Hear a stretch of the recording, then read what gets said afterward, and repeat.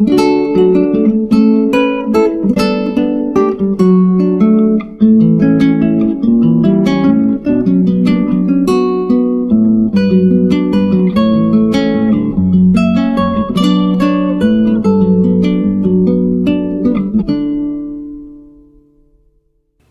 folks, welcome to part 3 of our Delta Blues series. I'm glad you guys came up with the idea of doing some, or the one guy did, and everybody else kind of enjoys it. So yeah, part 3, why not? I'm going to go in the key of G today, which normally would be a beautiful thing if we were tuned in open G. There's a few things to do here that are cool, but there's over top of the C, not so much, which is a bummer. I have to resort to something I didn't want to do. Same with D. The G still has a lot of promise because the guitar is widely tuned in G in a way, so we're okay there. And once we get past these 3 chords, the G, C, and D, you're already set up with E and A. So you have A, then D that we'll get through today, and then E to follow that. So you'll be able to play in multiple keys after today. So we'll get around to it here in just a second. And just want to say thanks again to everybody for watching the videos. I know I've been putting out 1, 2, 3 a day for most of the month, so been trying to get things out there for y'all. Hope you're appreciating it, enjoying it, whatever the word is I'm looking for. I've been enjoying it. So anyway, I'll shut my pie hole and we'll go ahead and start learning. Alright? Okay, here we are. Like I had said, in G, we have a multitude of things that we can do. We even have a cool walk down lick. We have some low notes that are cool. We'll be getting into, of course, the typical swamp thing.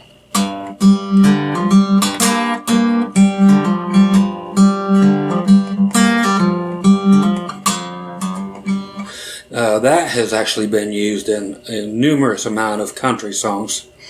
Of course, blues is the root of everything, so we do have those. We get a cool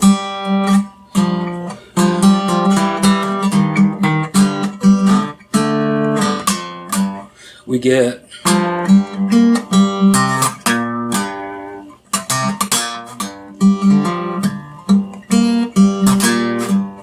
that thing in there, but we also are going to have to succumb to that stuff. Why? It is in there, but I'm not a huge fan of it in the Delta style, as some of you know by now. So anyway, in G, you get to pick a finger, middle finger or the ring finger for this stuff. So it's a matter of whether you want to use, you can switch back and forth. It's no big deal. Depends on what you want to use, bending the notes here on the 3rd fret. If you want to use your pinky to bend them, or if you want to switch up and use your ring finger. But when we go to do the walk down, we're going to need all of our other fingers, so you will have to go to the ring finger on it. Okay, so I'll go ahead and just stick the middle finger up here, since my ring finger is stronger than my pinky. And our bendy notes are going to be on the D string at the 3rd fret and the G string at the 3rd fret. So you're thumping along on your low E with the 3rd fret. It's kind of cool, everything's all on one fret. Okay, so we have a pull downs with our bends, so we get to pull them down towards the floor.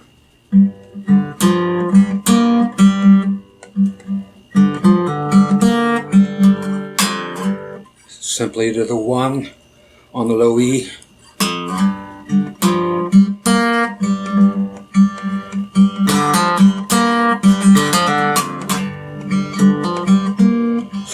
grab that real quick.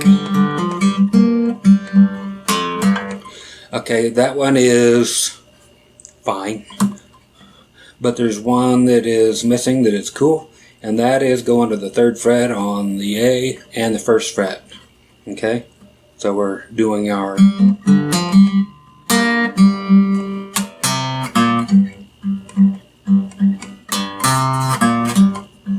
if we were using our finger here already, our ring finger, we're set up for it. But just know that the 3rd fret on the A and the 1st fret on the A will give you your da, da, da.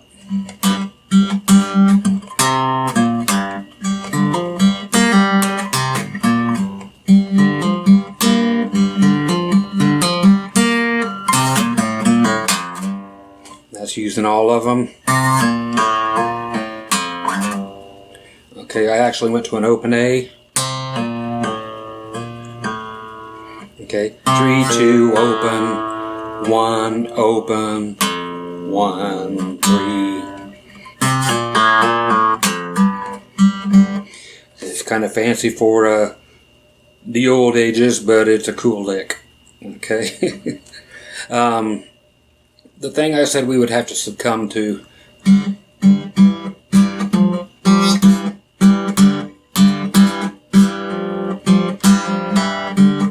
That thing. Okay. We get that at the 2nd fret on the D string and the 3rd fret on the D string. It's all happening underneath this middle finger right now. So the low E with the D and G strings open, and on the D string 2nd fret, 3rd fret,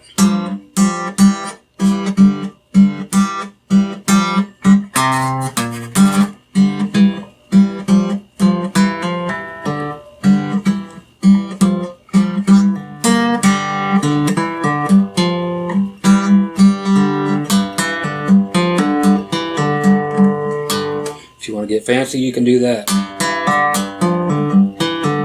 Pull-offs. Yeah. We try to find anything we can in the key of G to substitute for the fact that we're not in open G tuning, in which case we would have so much stuff to be able to do in all 3 chords. But we're not. We're still in standard, which is fine. We'll get through it.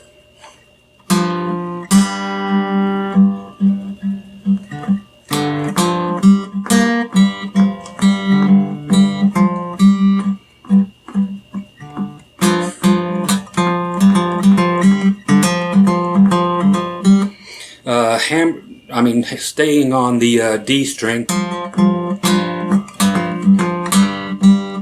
is cool because it's a 7th, so it's a very bluesy thing. Before you go to the open G, it's just an idea. You can use it on all the other chords too. The fact that you can hang out on the 7th for a while. All of a sudden we're Joe Walsh.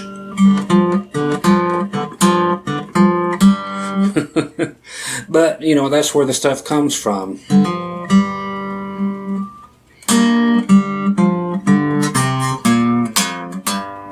So there's the stuff we have in G. You can hit high G stuff and mess around with that, and on the D, there on the 3rd fret of the B string.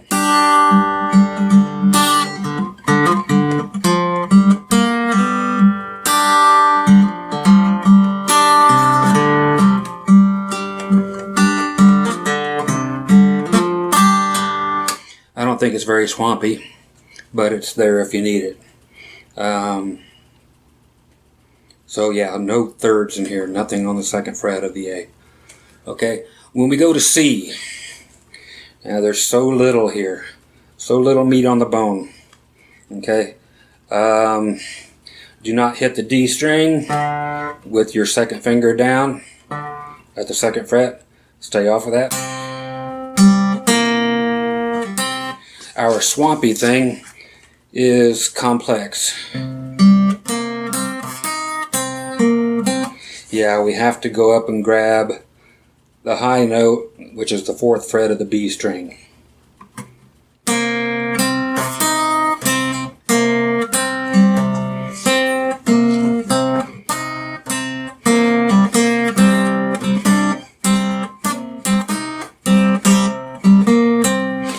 which leaves us with the daunting task of having to do this.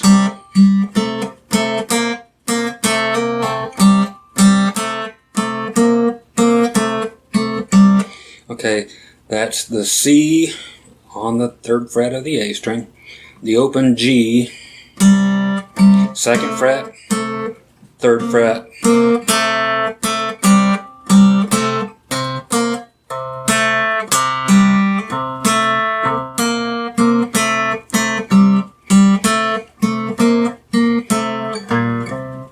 you can throw in there because there's really nothing more to do. There's more to do than the B7 was, but there's so little to be had here.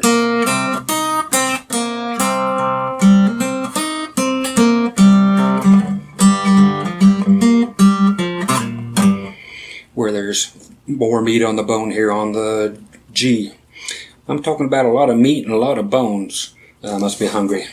Okay, so now when we go to our D, we have a few options.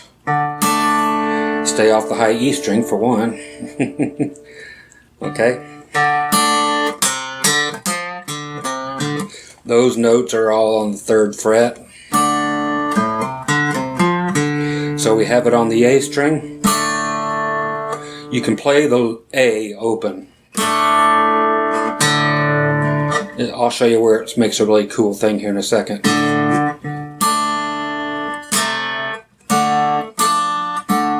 So we have 3rd fret on the A string and on the D string.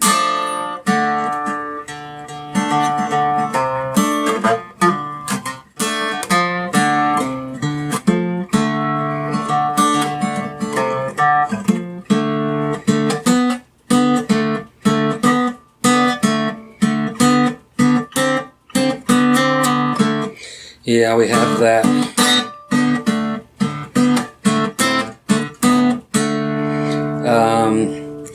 Cooler if you play it that way. Of course, we're just playing a D. 4th fret on the G string, and you have the 5th fret you can toss in. You can tell I'm happy about this part. There's a typical A lick. There's a typical lick that can be made cool with the A string added in, and that's it sounds like we're getting ready to go to a low D. If you add the A string with the D, it sounds like you went down somewhere low. Okay?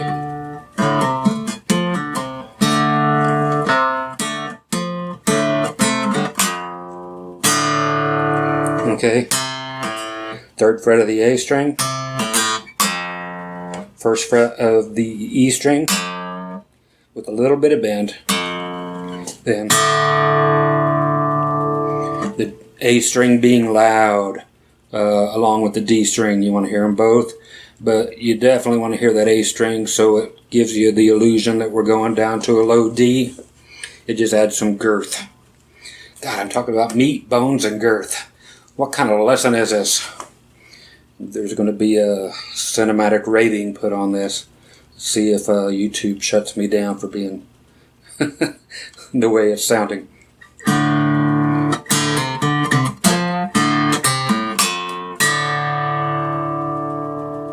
So that sounds really good.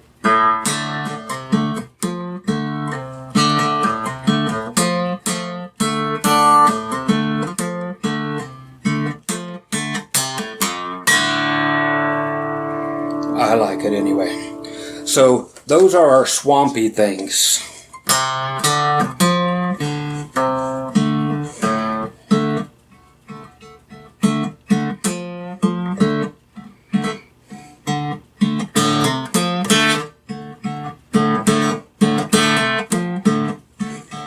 Okay.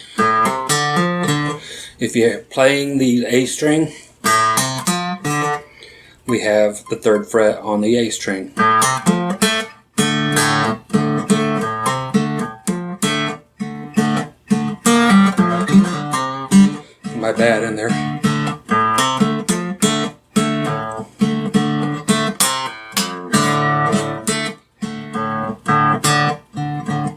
Okay, so there it is. Do it if you have to. Okay, so there we go. That's all the stuff that I have personally been able to do. In G, nice little lick. This is where I said you would have to put your ring finger up here on the G note. If you put your pinky on the 3rd fret on the D string, we're hitting the low E string and the D string together. There's my phone going crazy. Anyway, so we have our low E string and the D string with the pinky on the D string, 3rd fret. So those two together, then the G string with it.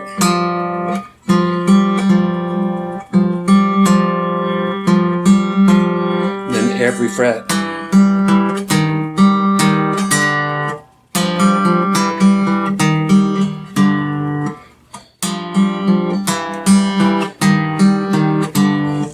Which down here looks like.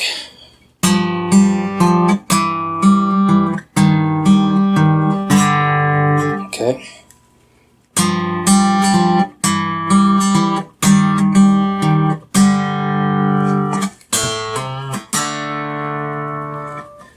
Okay, so that's what we're getting there.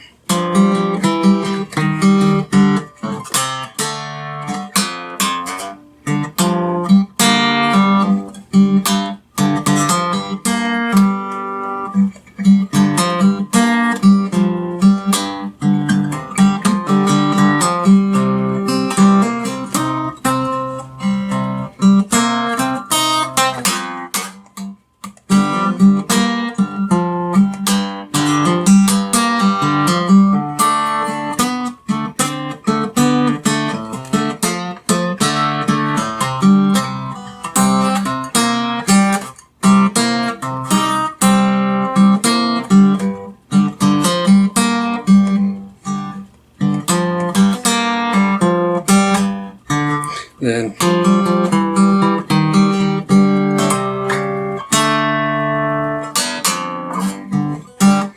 okay, so those are the kind of things that we can toss in over G, C, and D. Hope you found something interesting in there. Like I said, not a whole lot to be done without being in an open G tuning, but you have licks and or tricks to put in the other keys that will entail these chords in it. So we've already done A, so you can do A, then the D, and then the E we started with, which the E was so good to us, and the A was good to us. Okay, playing in C would just suck big time because you have to go to an F.